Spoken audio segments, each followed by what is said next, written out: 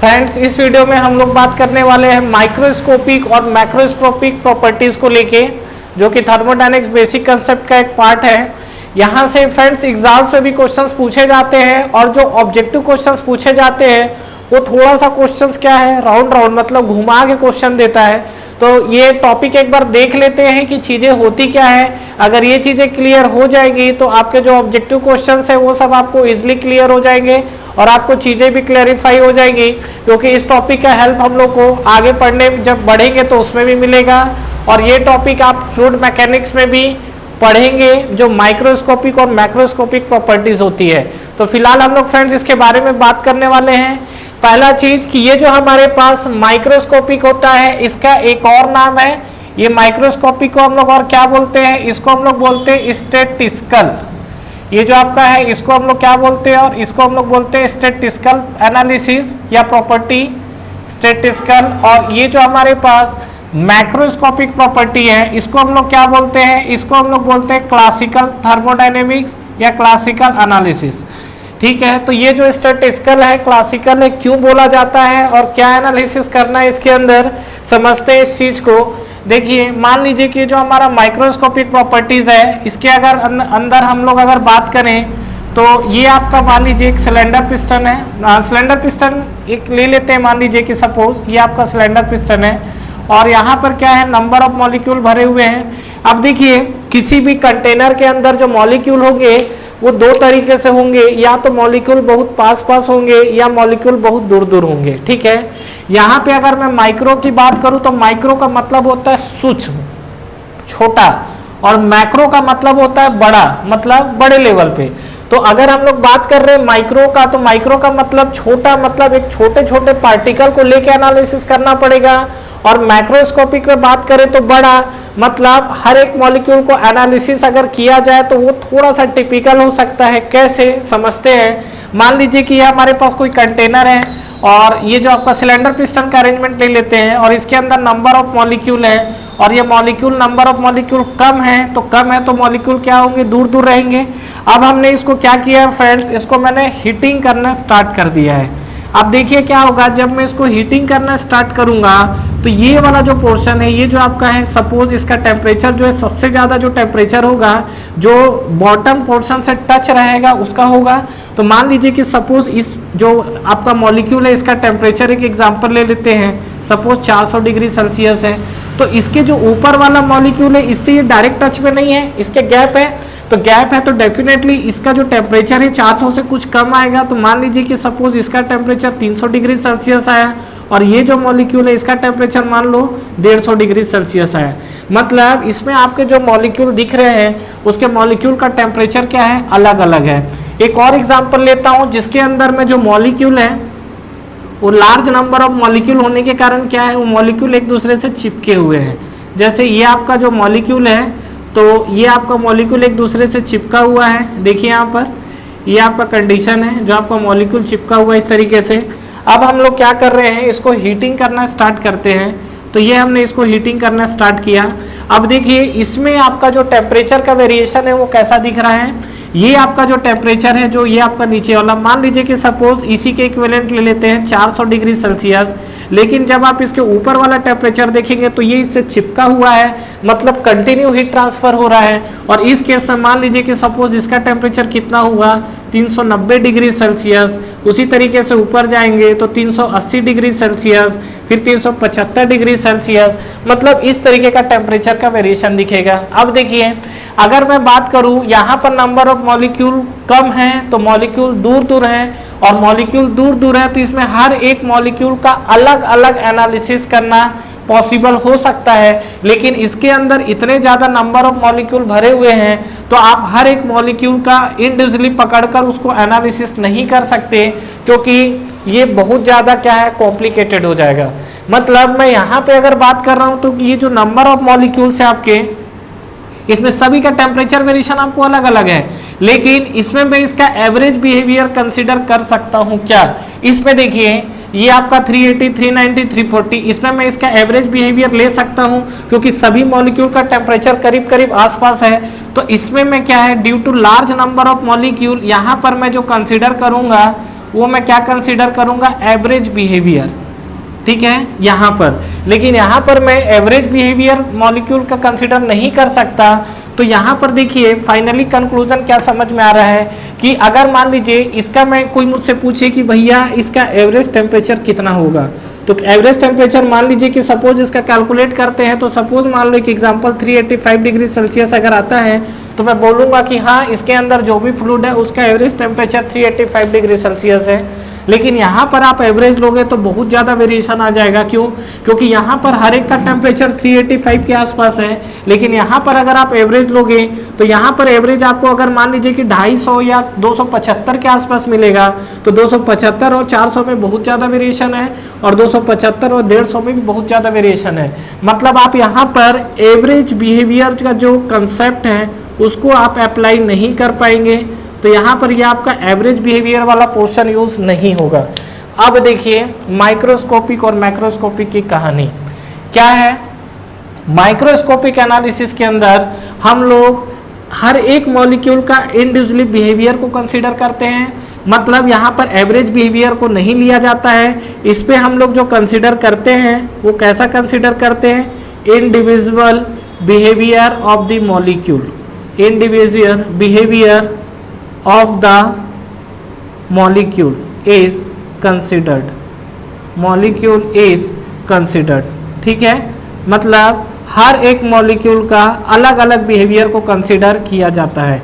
लेकिन यहाँ पे अगर आप बात करोगे तो यहाँ पर हम लोग क्या है, average behaviour of the molecule को कंसीडर करते हैं, मतलब हर एक मॉलिक्यूल का अलग अलग कंसीडर नहीं किया जाता है। फ्रेंड्स अगर ये आपको क्लियर हुआ तब मैं आपको कुछ एग्जांपल्स की बात करता हूं, क्योंकि एग्जाम में आपसे एग्जांपल्स ही पूछा जाता है। तो ये चीज क्लियर हुआ। माइक्रोस्कोपिक का जो दूसरा नाम है स्टैटिस्टिकल बोला जाता है, क्योंकि इसमें हर एक मॉलिक्यूल का हम लोग अलग अलग एनालिसिस करते हैं। और जो मैक्रोस्कोपिक एनालिसिस है इसको हम लोग क्लासिकल बोलते हैं, क्योंकि इसमें हम लोग क्या करते हैं, एक कंबाइंड स्टडी किया जाता है, मतलब पूरे मॉलिक्यूल को एक साथ लेके। अब बात है कि किस जगह हमको माइक्रोस्कोपिक स्टडी करना चाहिए और किस जगह हमको मैक्रोस्कोपिक स्टडी करना चाहिए। तो अगर हम लोग इस पे बात करेंगे तो आपको क्या दिखेगा, देखिए यहाँ पे ये जो माइक्रोस्कोपिक का कहानी है, जैसे एग्जांपल से पूछा जाता है क्या क्या, एट हायर एल्टीट्यूड। तो हायर एल्टीट्यूड पे बात करेंगे तो आपको क्या दिखेगा, अगर मैं बात करूं यहाँ पर at higher altitude, higher altitude, देखिए एल्टीट्यूड जो है वो हाइट को बोला जाता है। तो हायर एल्टीट्यूड में प्रेशर आपका ज्यादा होगा कम होगा, मतलब नंबर ऑफ मॉलिक्यूल ज्यादा होंगे कि कम होंगे। आप नॉर्मली समझिए, मान लीजिए कि अभी हम लोग क्या अर्थ लेवल पे हैं, तो हमारे ऊपर क्या है, एनवायरमेंटल मास ज्यादा है, एनवायरमेंटल मास ज्यादा है तो हमारे ऊपर प्रेशर ज्यादा है। जैसे जैसे हम क्या अर्थ सरफेस से ऊपर चलते चले जाएंगे, हम मास को नीचे छोड़ते चले जाएंगे, तो जैसे जैसे हम ऊपर जाएंगे हमारे ऊपर लगने वाला मास कम होते चले जाएगा। और मास कम होने का मतलब क्या है कि जो हमारे पास प्रेशर है, प्रेशर भी हमारा क्या है, कम हो जाएगा। अब अकॉर्डिंग टू डाल्टन्स लॉ, इस चीज को हम लोग आगे पढ़ने वाले हैं। डाल्टन्स लॉ क्या बोलता है, किसी भी बॉडी के अंदर लगने वाला जो प्रेशर होता है वो इंडिविजुअल मॉलिक्यूल के पार्शियल प्रेशर के बराबर होता है। कुल मिला के कंक्लूजन क्या है कि किसी भी बॉडी के अंदर जितना ज्यादा प्रेशर एक्ट करेगा, मतलब उसके अंदर नंबर ऑफ मॉलिक्यूल उतना ही ज्यादा होगा। अब ये बताइए कि जैसे जैसे मैं ऊपर जा रहा हूं नंबर ऑफ मॉलिक्यूल कम होते चले जा रहे हैं। नंबर ऑफ मॉलिक्यूल कम होने का मतलब क्या है कि उसके हमारे ऊपर जो लगने वाला प्रेशर है वो कम होते चले जा रहा है। तो यहाँ पर आप बात करेंगे तो हायर एल्टीट्यूड पर नंबर ऑफ मॉलिक्यूल क्या हो जाएगा, हायर एल्टीट्यूड पर जो नंबर ऑफ मॉलिक्यूल है ये आपके कम हो जाएंगे। और नंबर ऑफ मॉलिक्यूल कम होने का क्या मतलब है कि ये नंबर ऑफ मॉलिक्यूल कम हो रहा है, मतलब मॉलिक्यूल दूर दूर होंगे, और मॉलिक्यूल दूर दूर होंगे तो इसके अंदर हम लोग कौन सा एनालिसिस करेंगे, माइक्रोस्कोपिक एनालिसिस करेंगे। इस चीज को ध्यान रखिएगा, ये पूछा हुआ क्वेश्चन है कि हायर एल्टीट्यूड पर हम लोग किस टाइप का एनालिसिस करते हैं, ठीक है। और दूसरा वेरी इंपॉर्टेंट क्वेश्चन जो कई बार वो फ्रिक्वेंटली एग्जाम्स में पूछा हुआ क्वेश्चन है, क्या क्वेश्चन है वो, हाईली रेयरफाइड गैसेस, ठीक है, is a example of.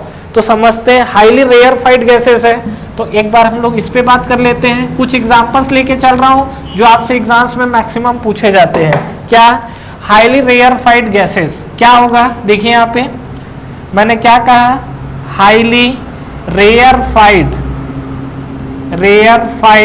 Gases. इसका मतलब क्या होता है, देखिए हाईली तो ठीक है, जो आपका ये रेयरफाइड है, रेयरफाइड का मतलब होता है क्या, दूर दूर। ये जो आपका रेयरफाइड है इसका मतलब होता है दूर दूर। मतलब ये रेयरफाइड में अगर आप देखोगे तो नंबर ऑफ मॉलिक्यूल क्या है, दूर दूर है। हम लोग बोलते हैं ना कोई भी चीजें रेयर ही मिल रही है, यार रेयर ही मिल रहा है, मतलब क्या है, बहुत कम मिल रहा है। तो ये रेयरफाइड में क्या है, गैसेस के जो मॉलिक्यूल है दूर दूर रहेंगे, और दूर दूर रहेंगे तो ये एनालिसिस किस टाइप का एनालिसिस हो जाएगा, माइक्रोस्कोपिक एनालिसिस। ध्यान रखिएगा, ये बहुत इंपॉर्टेंट क्वेश्चन है, कई बार एग्जाम्स में पूछा हुआ क्वेश्चन है कि जो हमारे पास हाईली रेयरफाइड गैसेस होती है वो किस टाइप के एनालिसिस पे बेस्ड होती है। ठीक है, आगे देखिए हम लोग बात करते हैं जो हमारा थर्मोडायनेमिक्स एनालिसिस होता है। ठीक है, ये एक पॉइंट था। सेकेंड, जो हम लोग थर्मोडायनेमिक्स एनालिसिस करते हैं, तो थर्मोडायनेमिक्स एनालिसिस किस टाइप का एनालिसिस है, मतलब माइक्रोस्कोपिक एनालिसिस है या मैक्रोस्कोपिक है। कुल मिला के जैसे मान लीजिए आप थर्मोडायनेमिक्स में कुछ पढ़े होंगे, कुछ क्वेश्चंस आपने लगाया होगा। मान लीजिए आपको कहीं टेम्परेचर मान लीजिए दिया 400 केल्विन। ठीक है, ये जो 400 केल्विन आपको टेम्परेचर दिया हुआ है, आप ये बताइए कि ये माइक्रोस्कोपिक टेम्परेचर है कि मैक्रोस्कोपिक टेम्परेचर है। देखिए आप किसी भी कंटेनर के अंदर जाएंगे तो हमारा जो थर्मोडायनेमिक्स एनालिसिस होता है उसमें हम लोग नॉर्मली अर्थ लेवल पे एनालिसिस कर रहे हैं, तो इसके अंदर जो है हमारे ऊपर प्रेशर ज़्यादा है तो मॉलिक्यूल बहुत ज़्यादा है, मॉलिक्यूल बहुत ज़्यादा है तो मॉलिक्यूल पास पास है। तो यहाँ पर ये जो हमारा टेम्परेचर होता है ये हमारे पास होता है एवरेज टेम्परेचर। ध्यान रखिएगा, मतलब हम लोग जो एनालिसिस करते हैं वो हमारा एवरेज टेम्परेचर होता है। मतलब थर्मोडायनेमिक एनालिसिस जो हमारा बेस्ड होता है वो किस पे बेस्ड होता है, एवरेज टेम्परेचर पे। हर एक मॉलिक्यूल का जो एवरेज टेम्परेचर होता है उसके अंदर बेस्ड होता है क्या, ये माइक्रोस्कोपिक एनालिसिस, सॉरी मैक्रो। तो थर्मोडायनेमिक एनालिसिस जो बेस्ड होता है ये हमारा कौन सा एनालिसिस बेस्ड है, ये हमारा मैक्रोस्कोपिक एनालिसिस है। और थर्मोडायनेमिक्स के अंदर जितना भी टेम्परेचर, प्रेशर, जो भी चीजें दी हुई होंगी वो सभी की सभी एवरेज टेम्परेचर और प्रेशर होती है।